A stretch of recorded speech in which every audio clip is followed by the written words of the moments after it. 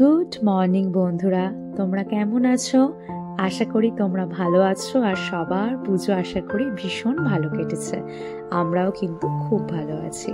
আর তোমাদের সাথে এখন যে ভিডিওটা আমি শেয়ার করতে চলেছি, দিনটা ছিল আমাদের প্রবাসের নবমী, যদিও বা দেশে কিন্তু সেই দিনটি ছিল পঞ্চমী বা ষষ্ঠী।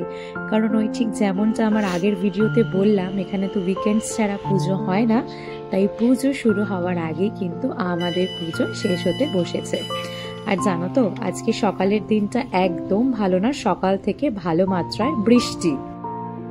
এখন আমরা ট্রেনে উঠে পড়েছি। আর জানো তো, আজকে ওয়েদারটা একদম ভালো না, বাইরে বৃষ্টি হচ্ছে, চুল ফুল মোটামুটি ভালো মতন ভিজে গেছে।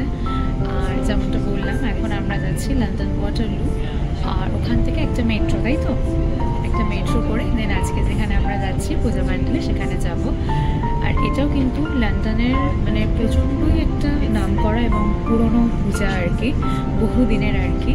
তো চলো তোমাদের সাথে সবটাই শেয়ার করছি, কোথায় যাচ্ছি আর আজকে সারাদিনটা কেমন আমরা কি করছি। আর অবশ্যই কমেন্ট করতে ভুলবে না আজকে আমাদের দুজনকে দেখতে কেমন লাগছে। যেমনটা তোমাদেরকে বললাম, আর দেখো ট্রেনে করে কিন্তু আমরা অবশেষে পৌঁছে গেলাম লন্ডন ওয়াটারলু। আর এখন কিন্তু বৃষ্টিটা একটু একটু কম হয়েছে, কারণ এখান থেকে আমাদের বেরিয়ে যেতে হবে আর কি আন্ডারগ্রাউন্ড। তো সেখান থেকে কিন্তু যেখানে আজকে যাওয়ার সেখানে যাবো। আর এই যে তোমরা তো বুঝতেই পারছো, এখন তো বসে পড়েছিলাম মেট্রোতে, আর আমরা কিন্তু দুটো মেট্রো চেঞ্জ করে ফাইনালি এখন চলে এসেছি। আর এই দেখো, এসেই কিন্তু দেখা হয়ে গিয়েছে নন্দিনীদি, শুভদীপদা আর গুরু সোনার সাথে। যদিও বা আমরা পৌঁছানোর প্রায় 45 মিনিট আগে কিন্তু ওরা চলে গিয়েছিল। আর দেখছো, আমি যেমনটা তোমাদেরকে ঠিক বললাম যে এটা কিন্তু খুবই পুরনো আর খুবই একটি নামকরা পুজো। তো আমরা কিন্তু এই মুহূর্তে ছিলাম ক্যামডেন, আর এটা কিন্তু ভীষণই লন্ডনের একটা নামকরা পুজো। তো আমরা তো এসে দেখছি বিশাল বড় লাইন, কিন্তু সত্যি কথা বলতে যেহেতু নন্দিনীদিরা আগে এসেছিলেন তার জন্য কিন্তু আমাদের জন্য ওরা জায়গা রেখেছিল, সো আমাদের কিন্তু ওই লং কিউতে আর ওয়েট করতে হয়নি। তো তারপরেও মোটামুটি ওই 10 থেকে 12 মিনিট মতন ওয়েট করে ফাইনালি কিন্তু আমরা ভেতরে চলে এসেছি। আর দেখো কি সুন্দর এরকম মালার চেইন করা, আর চারিদিকে কিন্তু এরকম স্টল করা। এখানকার পূজা প্যান্ডেলগুলোর এই জিনিসটা আমার ভীষণ ভালো লাগে, একটা সেই মেলা মেলা মতন ভাইবস দেয়। কারণ সমস্ত কিছু পুজো তো বড় বড় হলে হয়, আর সেখানে কিন্তু ভীষণ সুন্দর সুন্দর সমস্ত কাউন্টার এরকম বসায়। তো চলো এখন ক্যামডেনের মা দুর্গার প্রতিমাটা তোমাদের সাথে শেয়ার করি।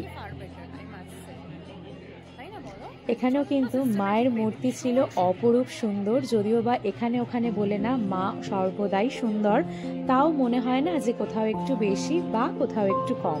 আর আমরা যখন এসেছিলাম তখন কিন্তু ওখানে চলছিল অঞ্জলি, তো সেটাও আমরা দেওয়ার সুযোগ পেয়েছিলাম। আর তারপরে এই যে দেখো, নন্দিনীদিকে তো তোমরা সবাই চেনো, মাঝখানে ছিল কিন্তু চৈতালিদি।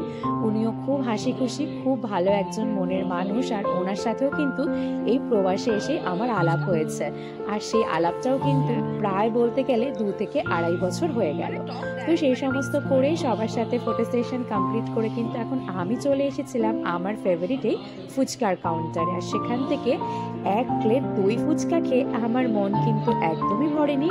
পাশে ছিল এরকম লাইভ জল ফুচকার কাউন্টার, আর খেয়ে দেখছো আমার মুখে সে এক অদ্ভুত এক্সপ্রেশন, কারণ বহুদিন পরে এরকম টক জল দিয়ে ফুচকা খাচ্ছি না। মানে বাড়িতে তো খেলে নিজে বানিয়েই খাই, কিন্তু কেউ এরকম তোমাকে সঙ্গে সঙ্গে সার্ভিস দিচ্ছে, তো এটা তো একটা দারুণ ব্যাপার এই লন্ডনের মাটিতে। তো সেখান থেকে এখন আমরা যে মেইন যে ফুড কাউন্টার সেখানে চলে এসেছি। আর জানো তো, আজকে আমাদের এই প্যান্ডেলে আসতে একটু লেট হয়েছিল বলে ঠাকুরের যে আসল ভোগ সেটা কিন্তু শেষ হয়ে গিয়েছিল, যার জন্য সেই ভোগ খাবার তো আমরা সুযোগ পাইনি। তারপরেও এই যে ফুড স্টল থেকে আমরা আমাদের মতন কিছু ওই চপ, তারপর একটু রাইস, একটু চিকেন, এরকম একটু কিছু খাওয়া দাওয়া করছিলাম। তো সেখান থেকে এসে দেখি এরকম স্টেজে চলছে কিন্তু লাইভ দারুণ পারফরমেন্স। তো অডিয়েন্স থেকে যদি কেউ চায় তারা এসেও সেখানে পার্টিসিপেট করতে পারে, এটা একটা ভীষণ ভালো একটা রুলস ছিল যে কোনো এরকম সেট করা ছিল না যে এতজন বা অতজনই পারফর্ম করতে পারবে। তোমার ইচ্ছা হলে তুমি কিন্তু অবশ্যই ওখানে যে কমিটি আছে সেখানে গিয়ে জানাতে পারো আর তুমি সেরকম করতে পারো।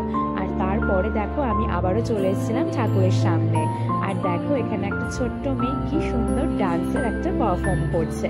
তো এরকম করতে করতে আমাদের মধ্যে ওই যে নন্দিনীদিও কিন্তু ভীষণ সুন্দর গান, মানে বাই প্রফেশন উনি কিন্তু সিঙ্গার। তো ওনারও তখন মনে হলো যে না, তাহলে ঠাকুরের সামনে আমিও একটা পারফর্ম করি। আর এখন যিনি স্টেজে আছেন ওনারও কিন্তু গানের গলা ছিল অসাধারণ।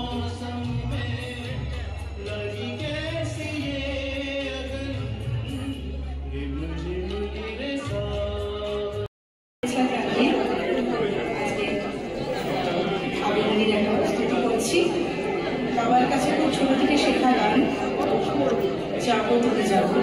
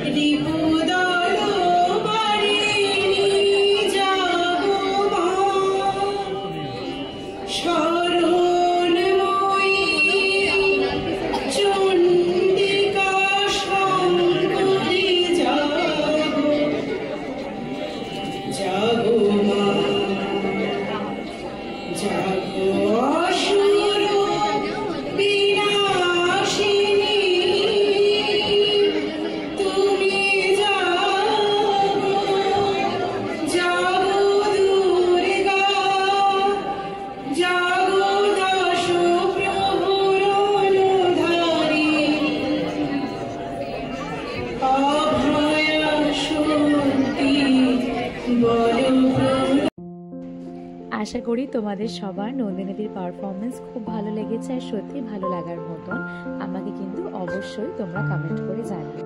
আর তারপরে জানো তো আরও দু একটা পারফরমেন্স দেখে আমাদের যেহেতু অন্য আর একটা জায়গায় যাওয়ার ছিল পূজা প্যান্ডেলে, তো আমরা তাই বেশিক্ষণ আর ওখানে ওয়েট না করে বেরোলাম। আর বাইরে বেরিয়ে দেখি জানো ঝমঝম করে বৃষ্টি পড়ছে, আর তার সাথে ঘটলো আর একটা কেলেঙ্কারি। তো সেই কেলেঙ্কারিটা বর্ণনা করার আগে তোমাদেরকে বলি, তারপরে আমরা বাসে উঠে চলে এলাম এই ওয়েস্টফিল্ডে, কারণ এখন এখান থেকে আমরা যেখানে যাব তো ওরকম বাসে করে আসতে হতো, আর মিডিলে পড়ছিল এই ওয়েস্টফিল্ড শপিং মলটা।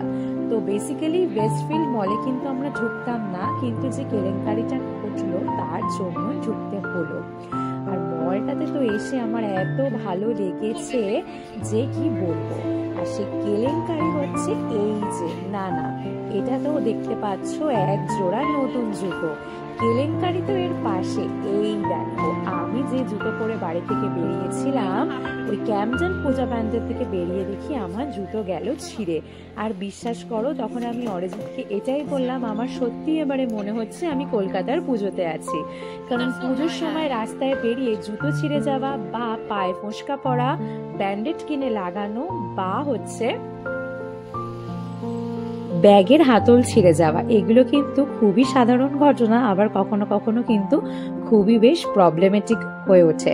তো ঠিক সেরকমই একটা ব্যাপার ঘটেছিল। আসলে আমরা তো প্রবাসে এরকম খোলা জুতো পরার সুযোগ খুবই কম পাই, আর যেহেতু তোমরা সবাই জানো বেশ কিছু মাস আগে আমি গিয়েছিলাম দেশে, তো সেখান থেকে কিন্তু আমি শাড়ির সাথে পরবো বলে এরকম জুতো নিয়ে এসেছিলাম। আর এই জুতোগুলো কিন্তু একদমই নতুন জুতো, কিন্তু জানো তো বহুদিন না পড়তে পড়তে সমস্ত আঠাগুলো লুজ হয়ে গিয়েছিল, আর রাস্তায় বেরিয়ে পড়ে তো আমি পড়লাম সে এক মহা বিপদে। তো তার জন্য তাড়াতাড়ি আমি কিনে ফেললাম ওই নতুন একজোড়া জুতো। কি করব, আমার তো আর কোনো উপায় নেই, কারণ আমাকে তো আর নিয়ে কেউ কোলে কোলে ঘুরতে পারবে না। আর এই দেখো, তোমাদের সাথে কথা বলতে বলতে ওই মল থেকে বেরিয়ে আর একটা বাস চেঞ্জ করে কিন্তু ফাইনালি আমরা চলে এলাম এই যে টাউন হল ত্রিশিকের পুজোতে। এটা ছিল বিবাহ বা বিলেতে বাঙালির পুজো। এটারও কিন্তু অ্যাড আমরা বহুদিন আগে থেকে ফেসবুক, হোয়াটসঅ্যাপে দেখছিলাম, ইনস্টাগ্রামে। তো তার জন্য ভাবলাম চলো এই পূজা প্যান্ডেলেও যাই। আর এখানেও তো ঠাকুর ভীষণ সুন্দর, আর তার সাথে পুরো হলটা জুড়ে ছিল কিন্তু বিভিন্ন রকম সমস্ত কিছু স্টল, শাড়ি, জামা কাপড়, জুয়েলারি, আরও অনেক কিছু। আর তার সাথে সন্ধ্যাবেলা চলছিল আরতি, আর তার পাশাপাশি ছিল ফুড কোর্ট, যেখান থেকে আমরা এখন কিনে খাচ্ছিলাম ফিশ ফ্রাই গরম গরম, যেটা খেতে কিন্তু বেশ ভালো লাগছিল। আর প্রত্যেকটা খাবারের কাউন্টারে কিন্তু দেখো একদম ভিড় উপচে পড়েছে। শুধু এখানে ফিশ ফ্রাই না, আরও অনেক কিছু খাবারের সম্ভার ছিল, অবশ্যই বাঙালি খাবার। আর তার সাথে এখানেও কিন্তু চলছিল লাইভ পারফরমেন্স। কিন্তু জানো তো, যেহেতু বেশ খানিকটা রাত হয়ে গিয়েছিল, প্রায় 8:30 পৌনে 9টা, তাই আমরা বেশিক্ষণ ওয়েট করতে পারিনি। আর তারপরেই দেখছিলাম এখানে কিন্তু ভোগ দেওয়া হচ্ছিল রাতের জন্য, যে ভোগের ওনারা আয়োজন করেছিলেন, তারই জন্য এখন আমরা সবাই দাঁড়িয়ে পড়েছিলাম লাইনে। আর সেখান থেকে ভোগ টোগ খেয়ে কিন্তু বেরোতে বেরোতে প্রায় আমাদের হয়ে গিয়েছিল ওই 9:30 কি 9:40, বেশিক্ষণ তাই আমরা ওয়েট করতে পারিনি। আর এই যে এখন তো আমরা উঠে পড়েছি একটা বাসে, আর বাইরে কিন্তু এখনো হচ্ছে বৃষ্টি, যদিও বা খুব জোরে নয়, হালকা হালকা ভাবে বৃষ্টি হচ্ছে। এই যে এখন আমরা দুজনে কিছু একটা বলা বলি করছিলাম, মজাই করছিলাম। তো এই বাস থেকে নেমে উঠবো ট্রেনে, আর ট্রেন একদম গিয়ে দাঁড়াবে ওয়াকিং স্টেশনে। আর কি, এরকম ভাবে আমাদের নবমীটা আমরা প্রবাসে উদযাপন করলাম, ভালো মন্দ মিশিয়ে। না ভালোটাই বেশি। আর তোমাদের কেমন লাগলো অবশ্যই